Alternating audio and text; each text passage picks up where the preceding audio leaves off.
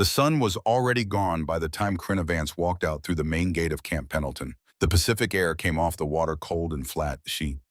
The kind of cold that doesn't announce itself but settles into your shoulders and stays there.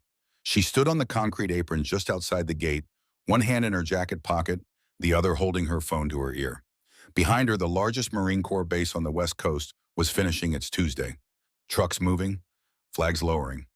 The orderly sound of a military installation winding down toward evening chow. She looked like someone waiting for a ride. She wasn't. The call connected on the second ring. She didn't wait for a greeting. "Pendleton is wrapped," she said. Her voice was even. Not flat even, the kind of voice that has learned to carry weight without showing it. Calloway took the deal. Fitch's lawyers called 20 minutes ago. The voice on the other end said something brief. "Yes, sir," she said. "All of it." She lowered the phone and looked at her right hand. In the dying light, the skin across the top of her knuckles showed a faint red. Not broken, not bruised, just the particular kind of flush that comes from a precise transfer of force, the kind of thing that fades in an hour and leaves no mark by morning. She looked at it for a moment. Then she put the phone back in her pocket. 12 hours earlier, Corinna Vance had walked into the largest military mess hall on the West Coast, carrying a technical manual, a cup of mediocre coffee, and a file folder that would end 2 careers before the breakfast trays were cleared. She wasn't supposed to be noticed. That was the plan. Derek Calloway made sure the plan lasted exactly 4 minutes. Camp Pendleton sits on 17 miles of Southern California coastline between Los Angeles and San Diego. It is home to roughly 40,000 active-duty Marines and sailors, and it operates with the particular logic of a small city, its own traffic patterns, its own hierarchy, its own unwritten laws about who matters and who moves out of the way. Every installation this size has one. Not a formal rank, not an official title, but a center of gravity. A person around whom the informal physics of the place organize themselves. At Camp Pendleton in the fall of that year, that person was Staff Sergeant Derek Calloway. He was 38 years old, 6 feet 3 inches, 222 pounds, according to his last fitness report, which Corey had read 3 times on the flight from Washington. 15 years of service, 3 combat deployments, 2 Bronze Stars in a cluster, a Navy and Marine Corps Commendation Medal with Valor Distinction, a record that on paper was nearly without flaw. Nearly. She had arrived at the main dining facility at 6:15 in the morning. Calloway's file said he entered the mess hall every Tuesday and Thursday at precisely 6:30. It was a small detail, the kind that doesn't make it into formal records, but Sergeant Emmett Rourke had included it in his written statement, underlined with a note beside it that read, "He likes to be seen arriving." Rourke had spent 8 months quietly documenting things like that. Small things, the things that paint a picture. The mess hall was already active when Corey walked in. Hundreds of service members moving through the serving line, filling tables, carrying on the low-grade organized noise of a military morning. She got coffee. She found a table in the far left corner against the wall with clean sight lines to the entrance, the serving line, and 3 of the 4 exits. She sat with her back to the wall. She opened the technical manual. She did not read it. She appeared to be in her late 20s, the kind of face that reads younger, until you look at the eyes, which were doing something more experienced than her age suggested. She wore civilian clothes. She sat with the particular posture of someone who has spent years training their body to occupy space with efficiency rather than presence, straight, without rigidity, relaxed without looseness. If you looked at her long enough, something didn't quite add up. Most people in that room didn't look at her long enough. What she did was watch. She watched the way the room moved, the way junior enlisted personnel gave ground when NCOs walked past, the way certain tables had invisible ownership. Nobody sat there until the right person arrived. She watched a young corporal drop a tray near the serving line and stand there for half a second frozen, calculating how much attention the sound had drawn. She watched a female staff sergeant in the far corner eat her breakfast alone and keep her eyes on her food throughout. She had been in rooms like this before. Different installations, different faces, same architecture of power. At 6:29, the room changed. It didn't change all at once. It changed the way a theater changes when the house lights dim, not dark, not sudden, but unmistakable. Conversations didn't stop. They adjusted, became slightly more careful. Postures straightened almost imperceptibly across 3 dozen tables. A private near the entrance turned toward the door without quite knowing why. Derek Calloway walked in at 6:30 on the dot. He moved through the entrance the way a man moves through a space he has already claimed, not hurrying, not performing, just arriving the way a landmark arrives. It has always been there, it will always be there, and everything else is arranged in relation to it. He was wearing his uniform, with the particular precision of someone who understands that presentation is its own form of authority. His Navy SEAL insignia caught the fluorescent light above the serving line. He paused just inside the entrance, surveyed the room. It was a brief scan, 2, maybe 3 seconds, but it was complete, deliberate. The survey of a man who has learned that information is territory, and territory is everything. His eyes moved across the tables in a practiced sweep. They crossed the left corner. They moved on. Corey watched him move to the serving line and noted 2 things. First, that his scan had registered her presence and dismissed it in under a second. Civilian-clothed young woman reading something, no threat, no relevance. Second, that the dismissal was so automatic it was almost reflex. That reflex was going to be a problem for him this morning. He loaded his tray efficiently. He didn't rush, but he didn't browse. A man who knows what he wants and doesn't waste motion getting it. As he moved away from the line, he stopped at a table of junior enlisted personnel, 4 of them 19 or 20 years old at most, and leaned down to say something. Whatever it was made all 4 of them laugh. One of them was still grinning 30 seconds after Calloway moved away. Then halfway across the room, he stopped again. A private first class was crouched near a chair, struggling with a bootlace that had come undone. Calloway looked down at him, and there was a pause, not unkind, not theatrical, and he said something brief and direct that made the kid nod and take his time with the nod. Calloway watched until it was done, then kept moving. Corey noted that too. The file said Derek Calloway was a bully. The file was right, but files record what people do. They are quieter about how a man gets there. They don't usually account for the fact that most men who become dangerous inside a system started out believing they were protecting it. That distinction doesn't excuse anything, but it matters if you want to understand the whole picture. Corey always wanted to understand the whole picture. She returned her attention to the technical manual. She heard his footsteps before she saw him change direction toward her table. The specific rhythm of someone choosing a path with intention, not walking past walking to. She did not look up. "Morning," he said. She turned a page. "Haven't seen you around here before." A pause. "I'm Staff Sergeant Calloway, Navy SEAL Team 6. She looked up then. Briefly. His face was confident in the way of someone who expects a specific reaction, some version of recognition or deference, or the careful social recalibration that most people perform when they learn they are standing next to a man with those credentials. "Good morning," she said. She returned to the manual. The silence that followed had a texture to it. She could feel the quality of his attention shift not from disinterest to interest, but from certainty to a first small question. He set his tray down on her table without being invited. "You new to the base?" Something like that. Around them at the nearest tables, the quality of nearby conversations changed, not stopped, redirected. The particular awareness that moves through a group of people when something unusual is happening nearby. "We like to know who's sharing our space," Calloway said. His tone was still even, still carrying the register of reasonable authority, especially civilians with unrestricted access to a restricted facility. Corey closed the technical manual. She set it on the table to her left. She looked at him fully, and her expression gave him nothing.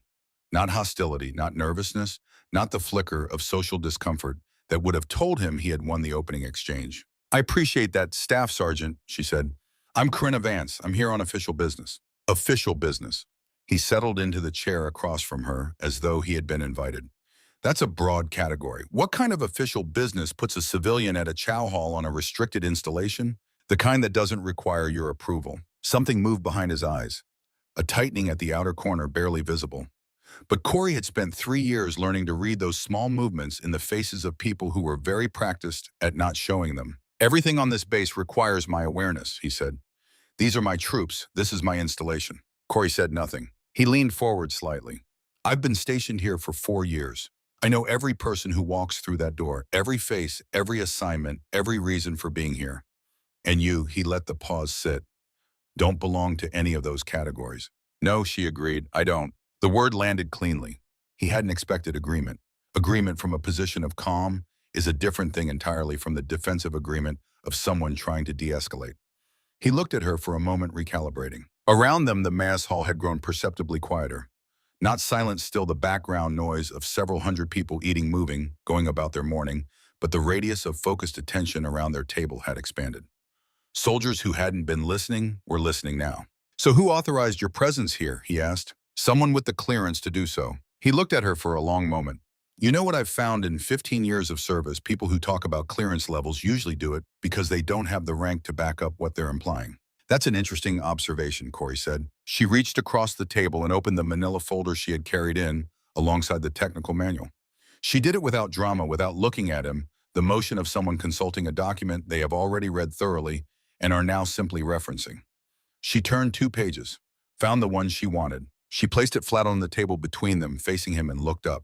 His eyes dropped to the page before he could stop them. She said, Adam, 3 formal reprimands for conduct unbecoming, 2 documented incidents of insubordination, both reduced to informal counseling after review by Lieutenant Commander Fitch, and a pattern of complaints from junior personnel over the past 18 months that was internally flagged and then quietly reclassified. The mess hall went silent, not the radius of attention silence from a moment before. Silent. The kind that happens when a large number of people simultaneously process something unexpected and none of them know the appropriate response. Kitchen noise continued somewhere in the back. A truck passed outside. Otherwise, nothing. Derek Calloway's face had changed. The color had not drained from it, not yet, but the certainty had. What replaced it was something Corey recognized from other rooms, other conversations.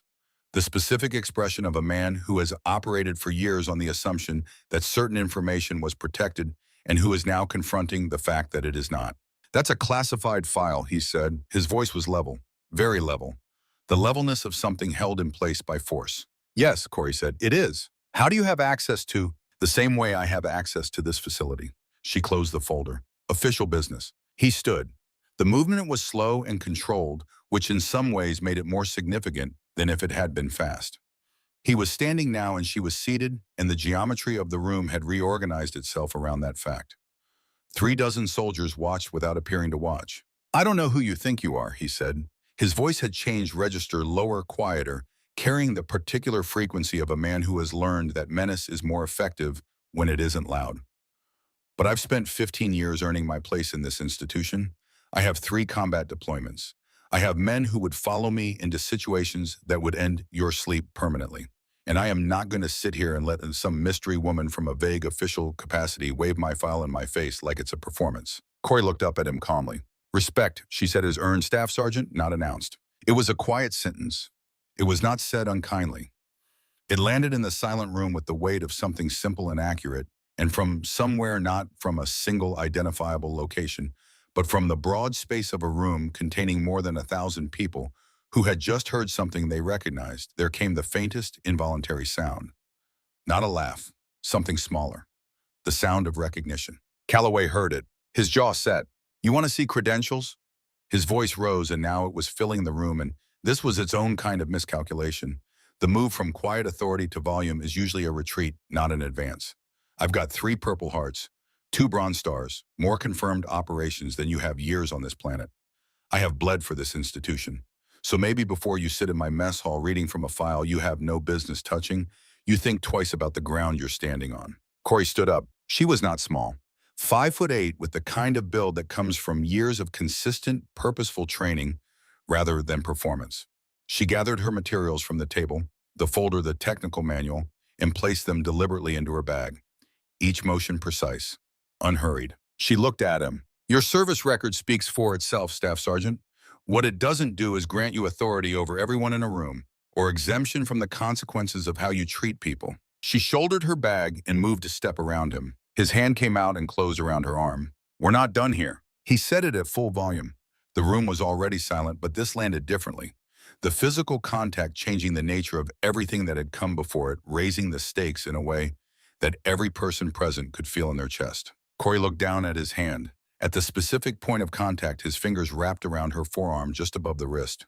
Then she looked up at his face. When she spoke, her voice was perfectly quiet, quieter than anything else that had been said at this table all morning. And somehow that quietness carried further than any of it. Staff Sergeant Calloway, she said, I'm going to give you exactly 3 seconds to remove your hand. He didn't move. Around the room, more than 1,000 service members were completely still. Years of military training create a specific kind of instinct, the ability to read a situation for threat level, for who in the room has genuine capacity and who is performing it. The soldiers nearest the table had that instinct, and most of them were feeling something they would spend weeks trying to describe accurately afterward. Not dread exactly. The particular alertness of watching someone who is not afraid and understanding what that means. Or what, Calloway said. He hadn't released her arm. File a complaint. Lady, I've been through more disciplinary proceedings than you've had professional evaluations. Whatever you think is going to happen next. 3, she said. The word was not dramatic. It was simply a number. But the absence of drama was precisely what made it register. 2. Calloway's grip tightened. The room held its breath. He looked out at the mess hall, at the faces of the people he had commanded and impressed, and in ways he had never fully examined, intimidated over 4 years. He looked at the junior soldiers who had laughed at his joke 20 minutes ago, who were now watching him with expressions he didn't have a category for. He looked back at Corey. Listen, he said, leaning slightly closer, dropping back to the register he understood as authority.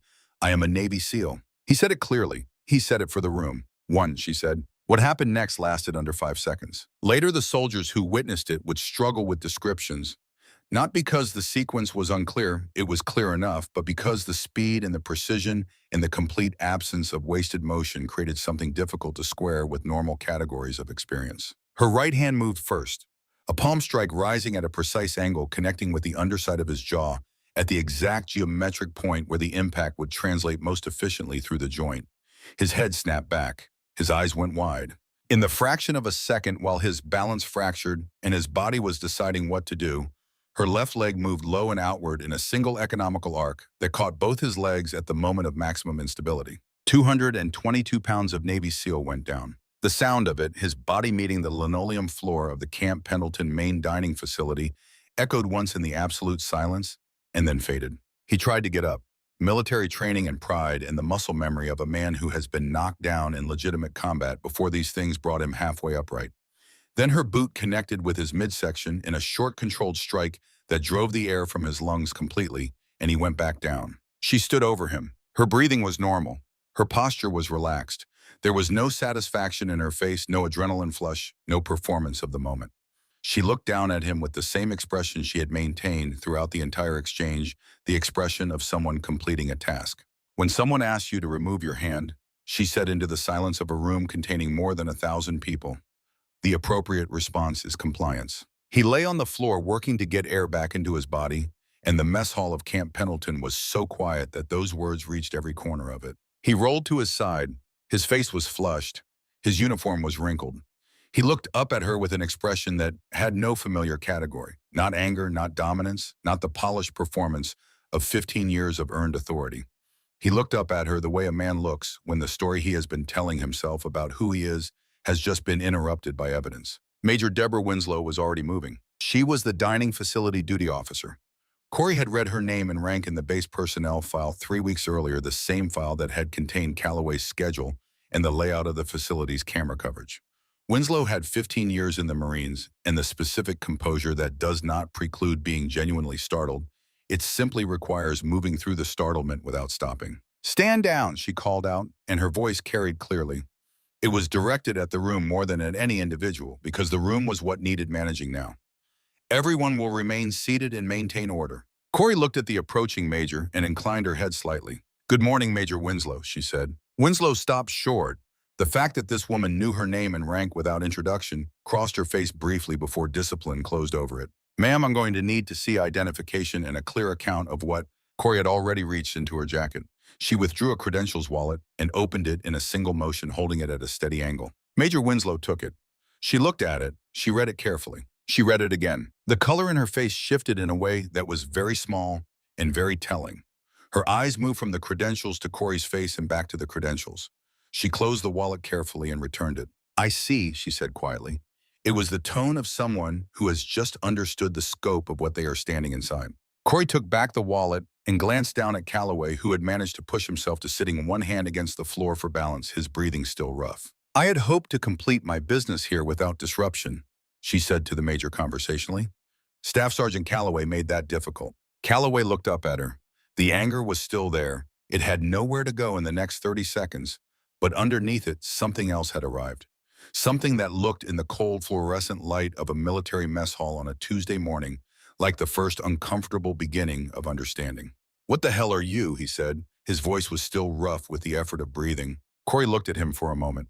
Then she looked out at the room, the full, silent, stunned expanse of more than 1,000 military personnel watching. "I'm someone who doesn't believe your rank protects you from accountability for what you've done to the people under your command." She picked up her bag. She checked that the folder was secure. She straightened her jacket. Then she turned to the room. Her voice when she spoke was not loud, but the silence was so complete that it carried to every corner without effort. What you witnessed this morning is what it looks like when someone decides that what they've been given, rank, reputation, a record of genuine service, gives them the right to put their hands on people who never gave them permission. It doesn't. It never did. And the fact that it went on as long as it did here is not only his failure. She let that sit. It is also the failure of everyone who saw it and decided the cost of silence was acceptable. She walked toward the exit. The space between tables opened for her without being asked. Not as deference exactly, not as fear exactly, but as the spontaneous acknowledgement of something that a room of trained soldiers recognize without having a precise name for. At the door, she paused. She spoke toward the middle distance clearly enough for the room. Remember this, Staff Sergeant Calloway. Being a Navy SEAL doesn't give you the right to put your hands on people who haven't given you permission to do so. She walked out. The door swung closed behind her. In the mess hall of Camp Pendleton on a Tuesday morning in autumn, more than 1,000 men and women sat in complete silence and looked at the space where she had been. On the linoleum floor, Staff Sergeant Derek Calloway, Navy SEAL, 15 years of service, 2 Bronze Stars, a man whose reputation had been until approximately 90 seconds ago entirely intact, sat with one hand against the cold floor and tried to catch his breath. The legend of Bull Calloway was over. What came next was something none of them could see yet, but it had already begun. Part 2, the system behind the man. The silence lasted 4 minutes and 30 seconds. Major Deborah Winslow counted it later when she was writing her incident report and trying to account for every minute of that morning with the precision the situation was going to demand. 4 minutes and 30 seconds from the moment the door closed behind Corinna Vance to the moment the first person in the mess hall spoke. Not a sergeant, not an officer. A 19-year-old private from Indiana named Hollenbeck, who turned to the soldier next to him and said in a voice still carrying the particular fragility of someone who has just watched their understanding of the world undergo revision, "Did that just happen?" It had just happened. The mess hall returned to itself slowly, the way a body returns to consciousness after a shock. Not all at once, but in waves, functions coming back online in sequence. Conversation first low and careful, then movement. Then the ordinary business of people finishing their breakfast, though the food on most trays had gone cold during the preceding 12 minutes, and nobody seemed especially interested in it now. Major Winslow stood in the center of the room and let the sound return before she spoke. "All personnel will return to normal duties immediately," she said using the voice she had developed over 15 years for moments requiring clarity rather than warmth. "What occurred this morning is not to be discussed outside this facility pending a full review. Anyone found sharing unauthorized accounts of this incident will face formal disciplinary action." She believed the order would be followed. She also believed, with the certainty that comes from knowing how human beings work, that it would not contain what had just happened inside these walls. The mess hall had more than 1,000 people in it. The age of the smartphone had been hard on institutional discretion. She issued the order because the order was her job. The rest was beyond her. Derek Calloway was on his feet by then. He had gotten himself upright with the careful deliberateness of a man performing normalcy while his body and his mind were still negotiating the terms of what had occurred. His uniform was straightened, his expression was locked into something trying to be neutral and achieving instead the look of a man managing a very large internal emergency with inadequate resources. He moved to an empty table at the far end of the hall and sat down. He sat with his head in his hands. Sergeant Emmett Rourke watched him from across the room. Rourke was 24 years old, 5'10", with the kind of face that people tend not to remember. Not plain exactly, but assembled in a way that doesn't announce itself.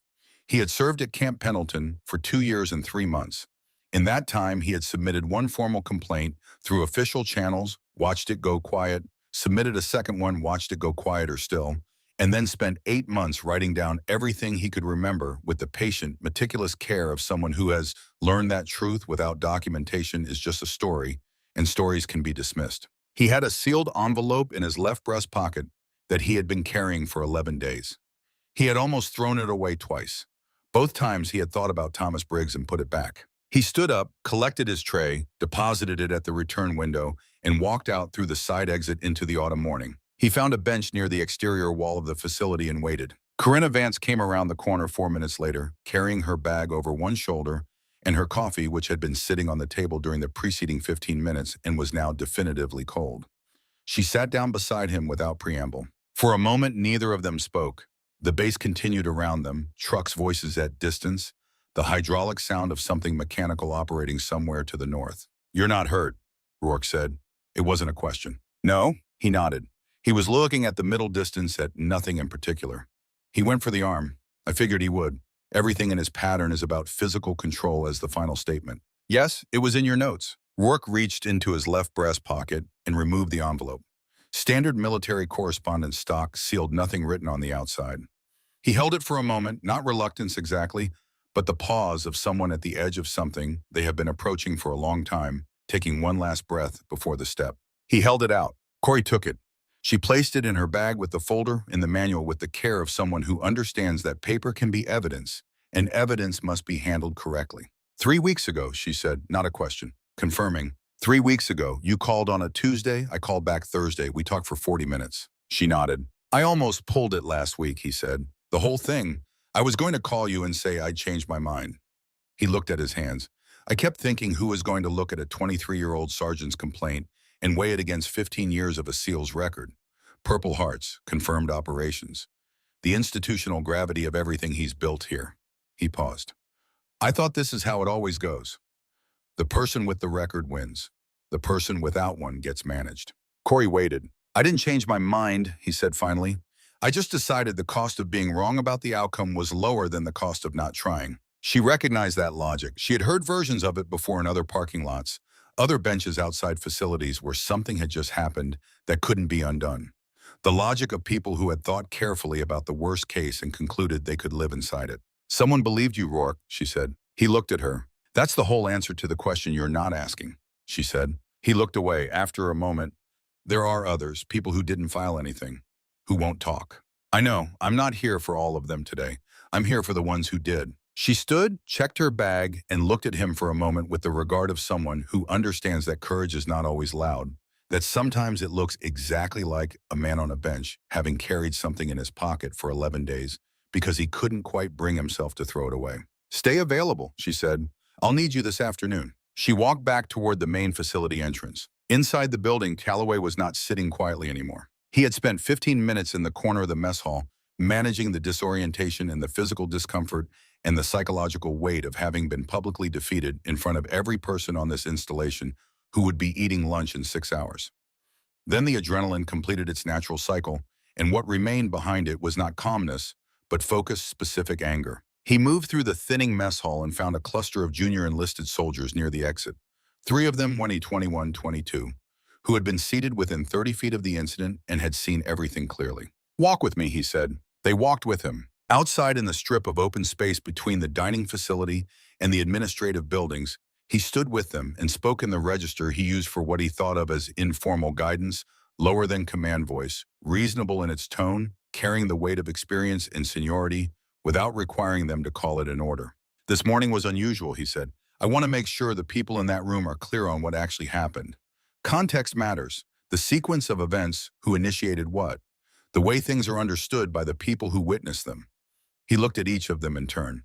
I want people remembering accurately. One of the soldiers, a private with the careful face of someone doing arithmetic, said, Staff Sergeant, I'm not sure I understand what you're asking. Calloway held the moment for another few seconds, then released it. I'm asking that when people talk about what happened in there, they remember the full picture. Who approached whom, what was said, the order of things. The private nodded slowly, said nothing more. Carry on, Calloway said and walked toward the administrative complex. He did not know that the exterior camera array for the Camp Pendleton main dining facility, upgraded the previous spring as part of a base-wide security infrastructure review, covered not only the interior of the building, but a 40-meter radius around each of its 4 exits. He did not know this coverage included the precise patch of concrete where he had just stood with 3 junior enlisted soldiers for 4 minutes and 30 seconds. He did not know that a copy of that footage would be on Corinna Vance's tablet within 20 minutes. She was sitting in a borrowed office in the base's administrative wing when the notification came through. A small room functional with a window looking out over a parking area, and beyond it, the low hills running along the eastern perimeter of the base. Her laptop was open, her notes arranged, and the envelope from Rourke, now open its contents, laid flat, weighted at the corners by her coffee cup and her phone. She looked at the footage notification. She looked at the timestamp.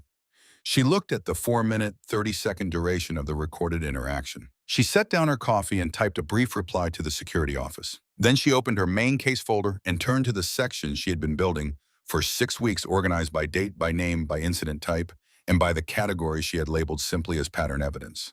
The documentation not of individual events, but of the relationship between them. The way things that look isolated begin when placed in sequence to look like architecture. She turned to the sheet listing 11 names. The first 9 she had been through many times. She knew their statements, their service records, the specific incidents they had reported, and the institutional responses or non-responses those reports had received. 9 people who had in various ways and at various levels of formality said that something was wrong and been managed back to silence. The 10th name was Rourke. His was a statement currently spread across her desk, handwritten on 8 pages of military correspondence paper, with the kind of chronological detail and careful language that you only get from someone who has been composing it in their head for a very long time before they put it on paper. She turned to the 11th name, Corporal Thomas Briggs, 22 years old, stationed at Camp Pendleton from June 2023 to November 2024. Discharged on a medical separation code, MH7, which in the administrative language of military records meant mental health, and which in the lived experience of Thomas Briggs had meant 16 months of escalating psychological pressure, the systematic erosion of his confidence and his sense of institutional safety, and finally a night in March of the previous year that had ended with a phone call to a crisis line and an ambulance. The medical separation report was clinical and correct and said nothing about why. Attached to it in Corey's file was a statement Briggs had given voluntarily to a Veterans Affairs counselor in August. Not a formal complaint, not legal testimony, just a man in a room with someone he trusted, finally saying out loud the things that had been accumulating inside him for months. The counselor had documented it. The document had found its way through channels that moved slowly and carefully, and with the determination of people who understood what they were looking at, to the Defense Intelligence Agency's Internal Affairs Division.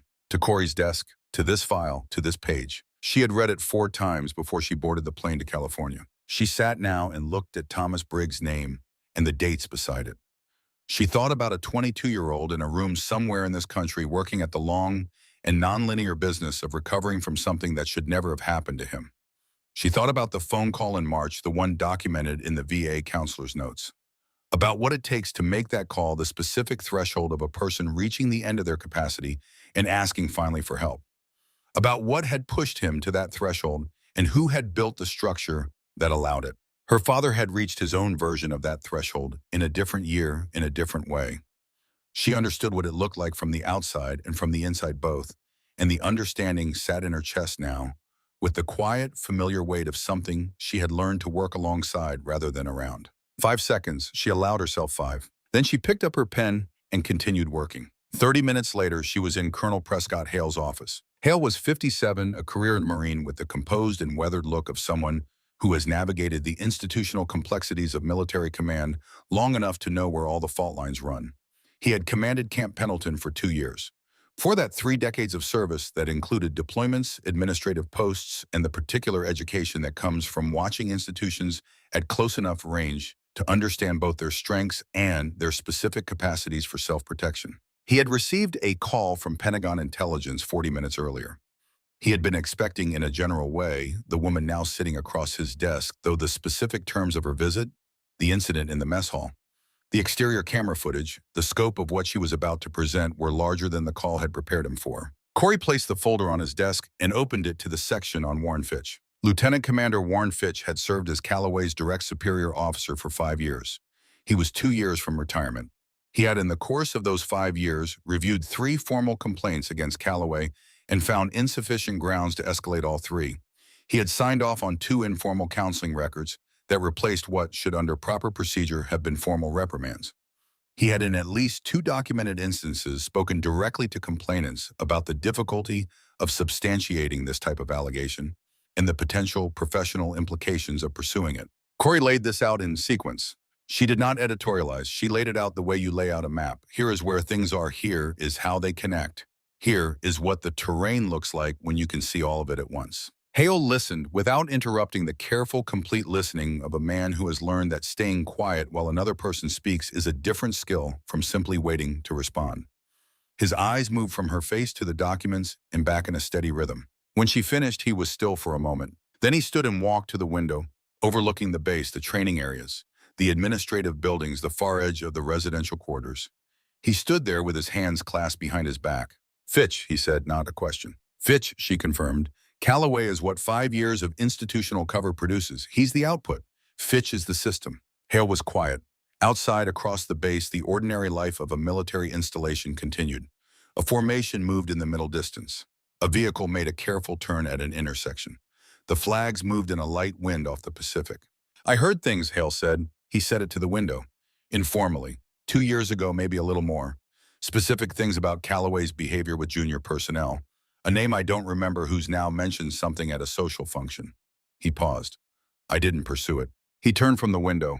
I didn't pursue it, he said again, and the repetition had a specific quality, not performance, not self-flagellation, but the plain statement of a person capable of looking at something they did wrong and saying so without decoration. Corey looked at him steadily. I know. He sat back down.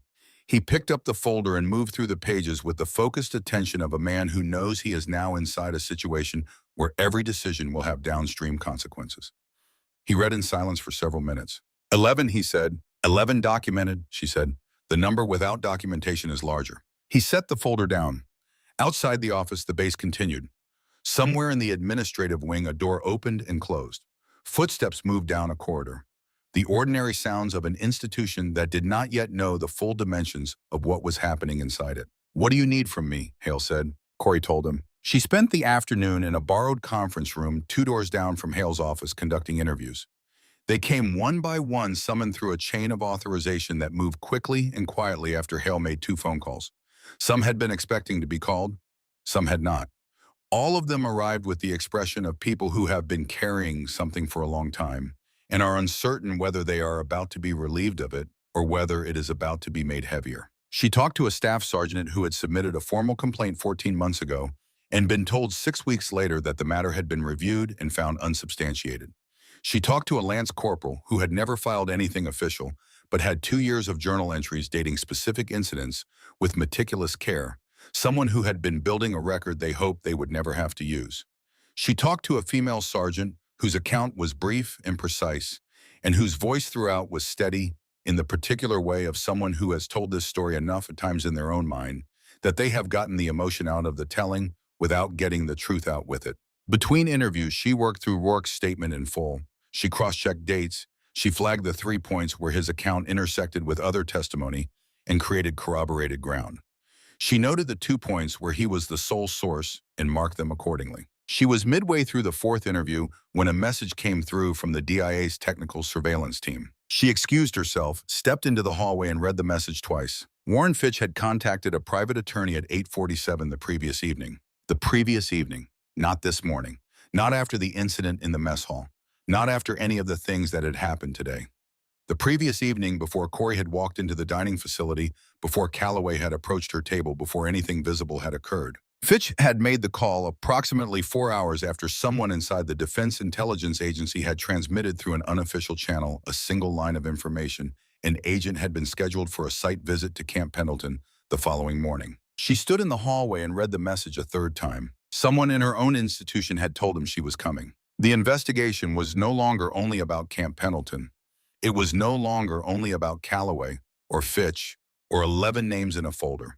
There was a leak somewhere inside the DIA, a person who had known she was on her way and had made a decision about that information. The case had just grown larger than the file she was carrying by a dimension she had not anticipated this morning. She stood in the hallway for 30 seconds and let the implications arrive and arrange themselves in order of urgency. Then she went back into the conference room and finished the interview. She had learned early in this work that the best response to discovering a situation is larger than you thought was to complete the task directly in front of you first. The larger situation required attention and resources not currently available to her. The interview required only her full presence. She gave it her full presence. Late afternoon came through the conference room window in the specific golden light of a California autumn, warm and angled, filling the room with something that made everything look slightly more significant than it was. She was alone by then, her materials spread across the table, building what the day had produced into something clear and complete and usable. She thought about Thomas Briggs, about what it takes to make a call like the one he had made in March, the specific threshold of a person reaching the end of what they can carry and choosing finally to set it down and ask for help. She thought about who had built the conditions that brought him to that threshold. She allowed herself a brief image of her father, a kitchen table in Virginia, Late afternoon light through the window over the sink. A man who had done the right thing and was still years later trying to understand why it had cost him everything. She put the image away. She picked up her pen and turned to a new page. There was a knock at the conference room door. "Come in," she said. A corporal entered carrying a message slip. He placed it on the table in front of her with the careful deference of someone who has been told, without being told exactly why, that the person in this room requires a particular level of courtesy. She read it. Warren Fitch had tendered a resignation request at 2:43 p.m. She set the message slip down and looked at it for a moment. Not surprised, exactly. Fitch was a rational actor, and a rational actor who knows a comprehensive investigation is building around him, and who knows his decision to call a lawyer the previous evening is almost certainly already part of that investigation will calculate that removal from the institutional structure reduces certain categories of exposure. She had seen that calculation before. What it also was with the clean clarity of evidence law was confirmation. A man who has done nothing wrong does not resign the same afternoon. A field agent spends 6 hours interviewing his personnel. She placed the message slip inside the main folder. She thought about the leak, about the unknown person inside her own institution who had made a call or sent a message the previous evening and given Fitch a 12-hour head start. That thread would require careful attention and people above her pay grade and time. She thought about Calloway wherever he was in this installation right now, sitting with the wreckage of this day and the beginning of the understanding that the morning's public humiliation was not the worst thing that was going to happen to him this week. Outside the window, the light was going orange and then the deep amber that only happens near the coast. Camp Pendleton was moving into evening. She closed the folder. She gathered her materials and got ready for tomorrow. Part 3, what accountability looks like. Wednesday morning came in off the Pacific the same way it always did at Camp Pendleton Gray. At the edges, the marine layer sitting low over the coastal hills. The base beginning its day with the discipline of a place that does not require the sun to start moving. Corinna Vance was in the borrowed office at 6:45. She had been there since 6. The folder was open. The notes from the previous day's interviews were organized into a clean sequence beside her laptop.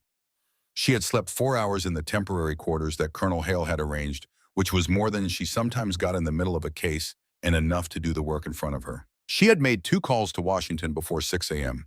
The first was to her direct supervisor at the DIA, a methodical and exceptionally patient woman named Hargrove who had been running internal affairs investigations for 22 years and who received the information about the leak with the specific contained stillness of someone who has encountered this pattern before and knows exactly what it requires. The second call was to the technical surveillance team requesting a full audit of the communication logs surrounding the previous evening's disclosure. Both calls had been brief. Both had set things in motion that would now move without requiring Corey's direct management. She had one task this morning. At 7:58, there was a knock at the door. "Come in," she said. Derek Calloway opened the door. He was in uniform. He had shaved. His boots were clean. Whatever Calloway was, and the file documented a considerable range of what that included, he was a man who understood the language of presentation and had decided for this meeting to speak it correctly. She noted that. It told her something about where he was inside himself this morning that was different from yesterday, and the difference was relevant. He sat in the chair across from her desk without being told to. Colonel Prescott Hale came in behind him, closed the door, and took a position slightly to the side. Not behind Calloway, not beside Corey, but in the space between them that signified exactly what his role in this room was. Present, responsible, not in charge. Corey looked at Calloway for a moment. He looked back at her. His face was composed in the way of someone who has spent the night in a very specific kind of reckoning and arrived at this morning's meeting still standing, which is a different thing from arriving intact. She placed 2 folders on the desk. Identical in appearance, standard manila labeled on the tabs with case numbers rather than names. She positioned them side by side, parallel, equidistant from the edge of the desk. "Before I explain what's in these," she said, "I want to tell you what happened yesterday after you were escorted from the mess hall." Calloway said nothing. Warren Fitch tendered a resignation request at 2:43 in the afternoon, she said. He had contacted a private attorney the previous evening at 8:47 p.m., approximately 4 hours after he received information that I was scheduled to visit this installation.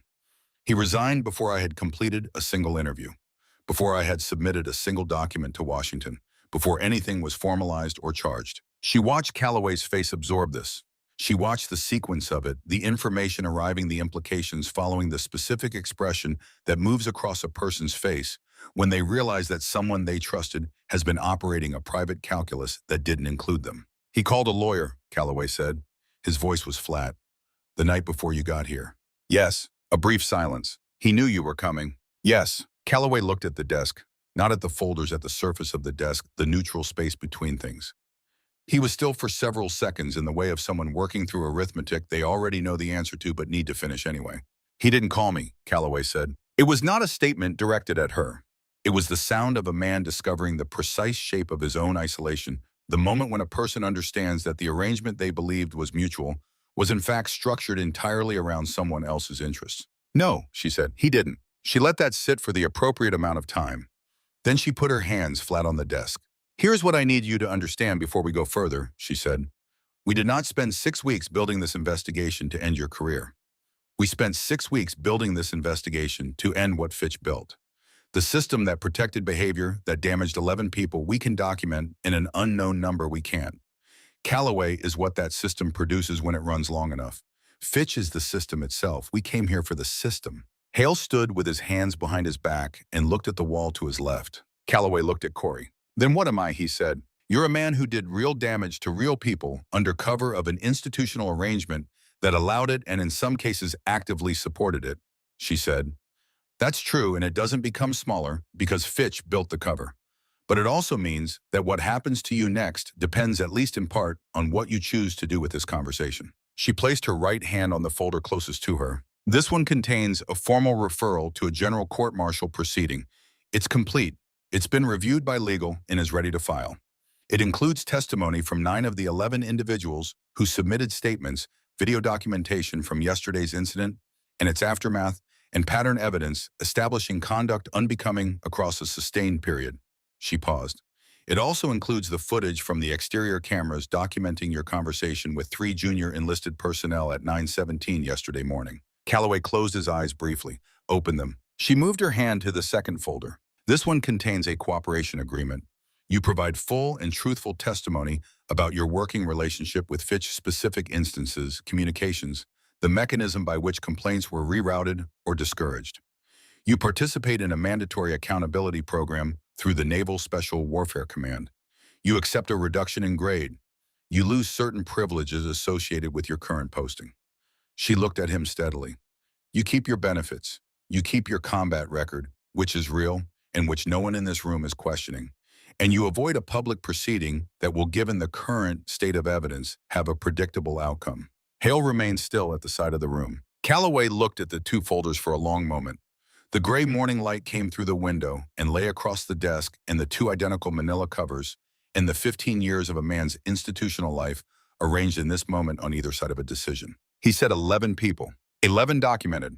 He was quiet. Then he said Briggs. He said it carefully, the way you say the name of something you have been not saying for a long time, something that has been present in your awareness as an absence, a shape defined by avoidance. The corporal, the medical separation. Yes. Is he okay? The question was direct and without qualification. It was not asked as strategy or as the performance of remorse for the benefit of the room. He asked it the way a person asks something they genuinely need to know and are genuinely afraid of the answer to. Corey looked at him. He's in treatment, she said. He's getting better. She held the rest of the sentence for one beat. But he's not okay yet. The silence that followed was the most substantial silence in the room since the meeting had begun. It was not the silence of a man calculating. It was the silence of a man receiving something, and the something was not comfortable, and he was not trying to make it comfortable. He looked at the second folder. He reached forward and placed his hand on it. I want to read the full agreement before I sign anything, he said. That's your right, she said. Legal counsel is available. I don't need legal counsel. He looked at her. I need to read it myself. She nodded and slid the folder across the desk. Calloway picked it up. He held it in both hands for a moment, looking at the tab at the case number. Then he opened it and began to read. Hale looked briefly at Corey. The look communicated nothing specific and everything general. The particular acknowledgement between 2 people who have been present for a significant moment and are not going to speak it aloud. Corey opened her notebook and began to write. Sergeant Emmett Rourke spent the morning in his regular duties. He had been told to remain available, which meant not disappearing into the informal channels through which yesterday's events were still moving across the base in waves, the barrack discussions, the encrypted message threads that military personnel maintain for exactly this kind of information.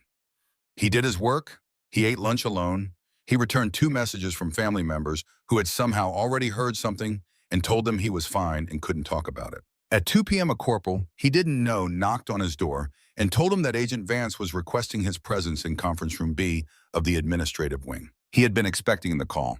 He had not expected to feel when it came exactly the way he felt, a compound of relief and dread so evenly balanced they canceled each other out and left something that had no precise name. Corey was standing when he came in, not seated behind the desk, but at the window looking out over the parking area. She turned when he entered. "Sit down," she said. He sat. She came and sat across from him and told him with the directness she applied to all useful information what had happened that morning. Fitch's resignation, the cooperation agreement, Calloway's decision. She told him his statement had been entered into the formal record and would form part of the evidentiary basis for the next stage of the investigation, which would focus on the institutional mechanisms Fitch had used and on whether similar mechanisms existed at other installations. Rourke listened. He asked 2 procedural questions, both of which she answered. Then he was quiet. "Does it matter," he said, "whether he's sorry?" She looked at him. "What do you mean?" "Calloway. He took the agreement." He asked about Briggs. "Does any of that mean he's actually sorry for what he did, or is it just the rational choice, when the other option is a court-martial?" Corey was quiet for a moment. "I don't know," she said, the honest answer given without apology. "I think it's probably both, and I think the proportions will shift over time in a direction I can't predict. Some people who go through accountability processes come out the other side having genuinely reconsidered who they are. Some don't. I'm not able to tell you which kind he is." Rourke looked at his hands. "Does it change what happens to the 11 people," he said, "whether he's sorry or not?" "To the legal outcomes, no." A pause. "To you personally, that's something only you can assess. Whether his remorse real or performed or somewhere in between changes anything for you, that's yours to decide, not mine." Rourke looked up at her. "I keep waiting to feel something clean," he said. "A specific thing I can name, relief, vindication, something with a clear shape." She said nothing because there was nothing useful to say that would not be a version of telling him what to feel. "I just feel tired," he said, "and like I need to eat something and sleep for about 11 hours. That's a reasonable response to what the last 48 hours have been." He held her gaze for a moment. "Did you always know it was going to work when we talked 3 weeks ago? Did you know?" "No," she said. "I knew the evidence was there. I didn't know how Calloway would respond. I didn't know about Fitch moving early. I didn't know about the leak." She paused. "I don't go into these things knowing they'll work. I go into them because not going is the other option, and I've seen what the other option produces." He held that for a moment, reading something in what she hadn't quite said. She let him read it without naming it. "The things you keep to yourself in this work are what allow you to keep doing it." He nodded slowly. "Thank you," he said. She shook her head. "You kept that envelope in your pocket for 11 days. You made the call on a Thursday. You came to this base on a Tuesday morning, and you sat in that room and you let it play out because you understood it needed to." She looked at him directly. "That's not me. That's you." He looked down at the table. After a moment, "Is there anything else you need from me today?" "No," she said. "You're done." He stood. He picked up his cover from the chair beside him. He looked at her once more briefly with the expression of a person who has more to say and knows this is not the moment for it. Then he walked out. The afternoon moved through its hours. Corey completed the formal documentation in the borrowed conference room, converting a day and a half of active investigation into the organized, cross-referenced, legally usable structure that Washington would need to proceed. It was detailed work and unglamorous work, and it required the kind of sustained attention that leaves no room for anything else. She gave it everything she had. Colonel Hale came by at 4:30 with coffee he had made himself, which she recognized as the specific gesture of a man who knows he owes something and is starting with the small things. She accepted it. They talked for 12 minutes about the procedural requirements for the next phase of the investigation and the cooperation he had formally committed to providing. The conversation was professional throughout. At the end of it, as he was leaving, he stopped at the door. "My daughter is a lance corporal," he said, "stationed at Lejeune." He didn't say anything else. Corey said, "I know." He looked at her for a moment, nodded once, left. At 6:15, she closed the laptop and stacked the documents and placed them in the case bag she had brought from Washington. She stood and looked at the window where the California evening was beginning, the light going amber, and then the particular deep orange that only happens near the ocean, the kind that makes even a parking lot look like somewhere worth being. She picked up her bag. She walked out of the administrative wing and across the base toward the main dining facility. The mess hall at 6:30 in the evening is a different place than it was at 6:30 in the morning. The same room, the same fluorescent lights, the same linoleum floor, the same configuration of tables, but with the character of an institution in its evening mode. Quieter, less performed. People sitting in the relaxed configurations of those who are done with the official portion of the day. She came in through the side entrance and stood just inside the door. She was looking for one thing. She found it in the far corner of the room. Derek Calloway was moving between the tables in the back section of the hall.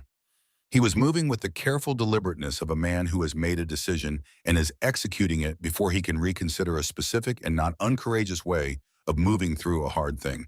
He had changed out of his dress uniform. He was wearing a plain green t-shirt and utility pants. Without the formal uniform and the insignia and the 15 years of presentation built around them, he looked like a man who was simply a man, large, tired, uncertain in the particular way of people doing something they don't know how to do correctly, but are doing anyway. Emmett Rourke was sitting at a table by himself in the far corner eating. He saw Calloway coming. He set his fork down on his tray and placed his hands flat on the table and sat with the stillness of someone absorbing the approach of something they have been expecting and dreading and needing in proportions they could not have articulated in advance. Calloway reached the table. He stopped. He stood there for a moment, and Rourke looked up at him, and neither of them spoke. The nearby tables had registered the approach, and the ambient awareness was quiet. Not the charged, performed silence of yesterday morning's confrontation, but the ordinary silence of people who understand they are near something personal and have the decency to give it space. Calloway pulled out the chair across from Rourke. He sat down. He folded his hands on the table and looked at them. Then he looked up. "I read your statement," he said. His voice was low, not staged low, genuinely low.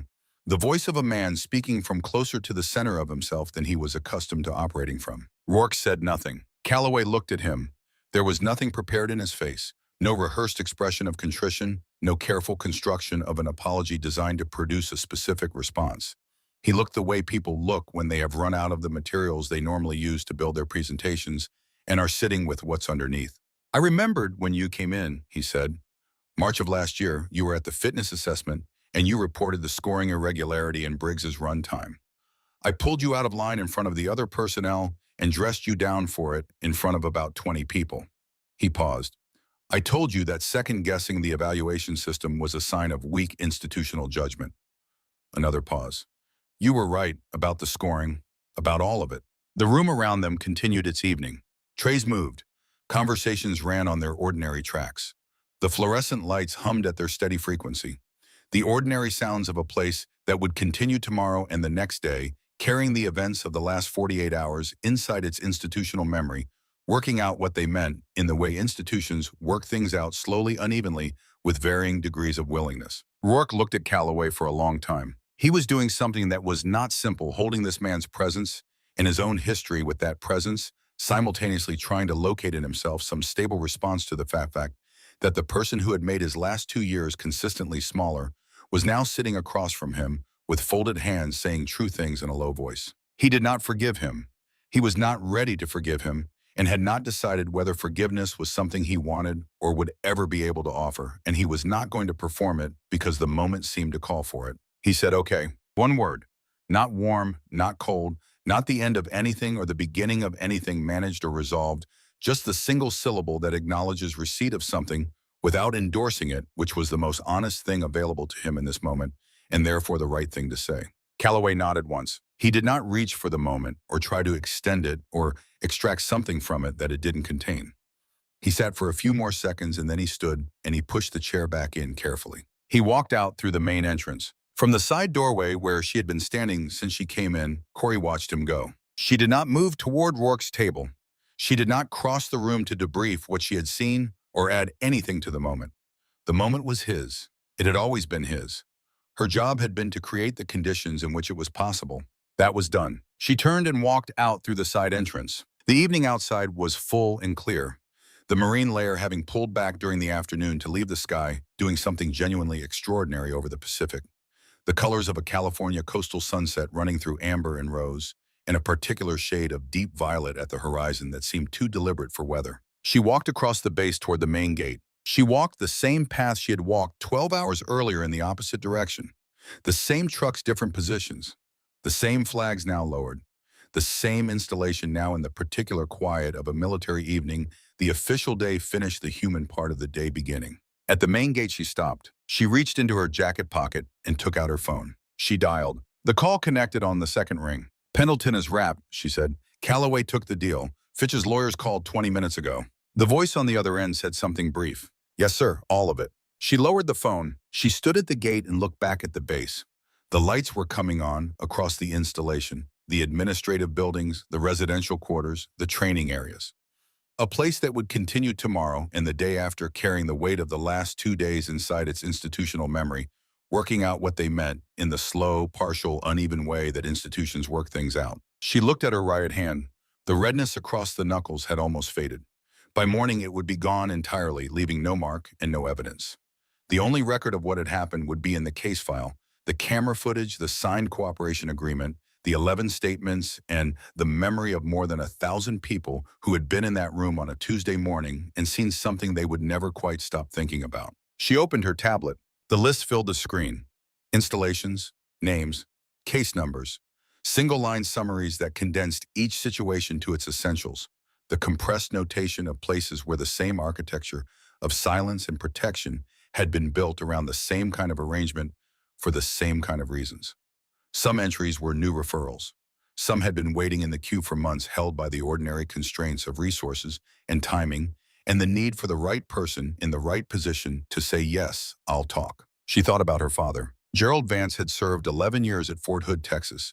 He had been a careful and conscientious soldier by every account that existed of him, meticulous in his work, invested in the people under his supervision, the kind of NCO who understood that his job was not just technical competence, but the stewardship of something larger. In the fall of 1998, he had seen something he recognized as wrong, and he had filed a report through the correct channels with the correct documentation and the correct faith that the institution he had served for 11 years was the kind of institution that took those reports seriously. The report had been filed, reviewed, and closed within 6 weeks. The closure had been communicated to him in a single paragraph that used the words "insufficient evidence in good standing," and the matter is considered resolved. The matter had not been resolved. What followed was not dramatic in the way that most damage is dramatic in memory. Not a single event that broke something cleanly, but a sustained quiet pressure against everything that had given his service its meaning. The informal repositioning, the reduced assessments that carried no specific justification but moved him steadily away from anything central. The forced retirement that came in 2001 with the paperwork language of a process complete rather than a career ended. The pension that was adjusted and adjusted again through mechanisms that were each individually explicable and collectively devastating. The particular loneliness of a man whose account of his own experience has been institutionally declined is not something that announces itself in a single moment. It accumulates in the texture of ordinary days, in the quality of silences, in the way he stopped talking about his service with the pride he had once carried naturally, in the careful diminishing territory of what he was willing to say about what he had seen and what it had cost him to say it. He had asked her once, kitchen table in Virginia, the summer of 2021, late afternoon light, through the window over the sink, the last good summer before November, whether she thought he had done the right thing. She had been 27 years old and 2 years into her work at the DIA, and she had looked at her father across that kitchen table and said yes, without hesitation. Because the answer was yes, and she had meant it absolutely, and she had also understood, in the way you understand things that have no comfortable resolution, that yes was the right answer and that it had not been enough to protect him from what the right answer cost. He had died 4 months later, in November, of causes that were medical and specific and had nothing to do in any clinical sense with Fort Hood or 1998 or a report that had been filed and closed and never revisited. He had never found out what happened to the people he had reported. He had never known whether anyone eventually had read the file. Corey had looked it up in her first year at the DIA, pulling the archived records from Fort Hood 1998, tracing the name her father had reported through the subsequent years. The pattern had continued for 3 more years after his report was closed. 2 more people documented, then a transfer, then a retirement. No accountability, no resolution. The ordinary management of a situation until the situation managed itself through time and institutional drift. She had read that file in a fluorescent-lit office in Washington at 11 p.m. on a Tuesday and had sat with it for a while and then had put it in her bag, gone home, and started work the following morning. She had been building something out of that yes ever since. Not a monument, not a crusade. Those require a clarity and a certainty she had never felt entitled to. Just the specific, unglamorous, document-heavy one installation at a time work of making sure that when people filed reports, there was someone at the other end who had decided the silence was too expensive to keep, that the file would be read, that the 11 names would be more than a number in a record that got closed and archived, that what her father had done in 1998 would mean something different for someone else, somewhere in a year he had never gotten to see. She scrolled to the bottom of the list. She added 2 lines. The first was a follow-up notation on the leak investigation priority high to be escalated to Hargrove in the morning. The second was the next installation on the active queue moved from waiting to current. She capped the tablet. She stood at the gate of Camp Pendleton in the last of the California evening light, with the Pacific somewhere to the west, making its indifferent and continuous sound, and the bass behind her settling into the particular quiet of a place that will be fully itself again, tomorrow, carrying tonight inside it in ways it hasn't fully accounted for yet. She thought about Rourke sitting at that table in the far corner, and Calloway walking out through the main entrance, and the single word that had passed between them, not forgiveness, not resolution, just acknowledgement.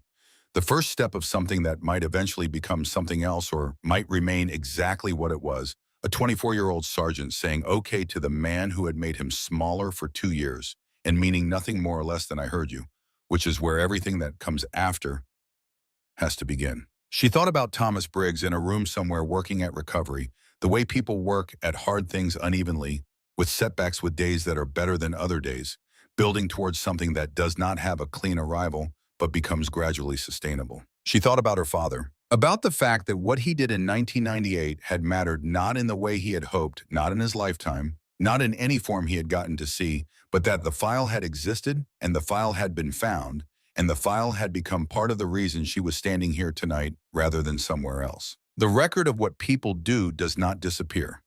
It waits.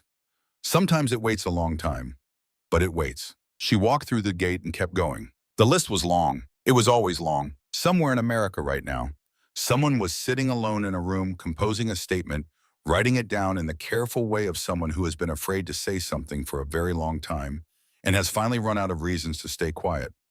Writing it down and wondering whether it would be read or whether it would be filed and closed and managed back to silence in a single paragraph. Gerald Vance had written his report in 1998 and spent the rest of his life not knowing. His daughter had spent 3 years making sure that for as many people as she could reach before the list ran out, the answer was different. The work continued. It always did. If you've ever been in a place, military professional, any institution at all, where you knew something was wrong, and you sat down and calculated exactly what speaking up would cost you, what did that moment feel like? Not what you decided. What the moment itself felt like before the decision. Tell me in the comments. I want to know.